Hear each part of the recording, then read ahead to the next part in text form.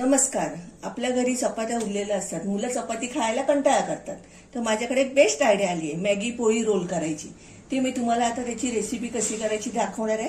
आता साहित्य काय लागणार आहे ते दाखवते. Maggi, Schezwan sauce, tomato sauce आणि चीज. आता मी मॅगी ठेवली आहे गॅसवर, ती तयार होते. त्याच्यानंतर मग चपात्या गरम करू. चला, इकडे मी मॅगी तयार करून घेतलेली आहे.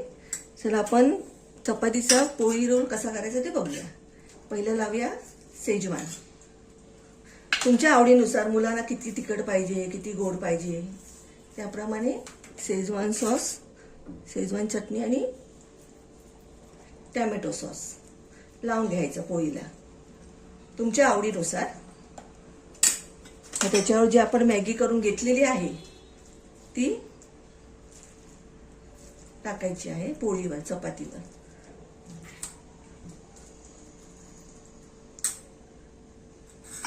नंतर थोडं चीज, मुलांना आवडत असल्यास घालावं, नाहीतर असंच केलं तरी चालून जातं. मग त्या पोळीचा रोल करायचा. तव्यावर थोडंसं तेल टाकायचं आपला रोल हे करण्यासाठी. त्याच्यावर हा रोल टाकून द्यायचा.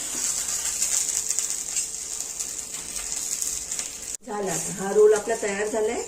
तो आता काढून घ्यायचा आपण.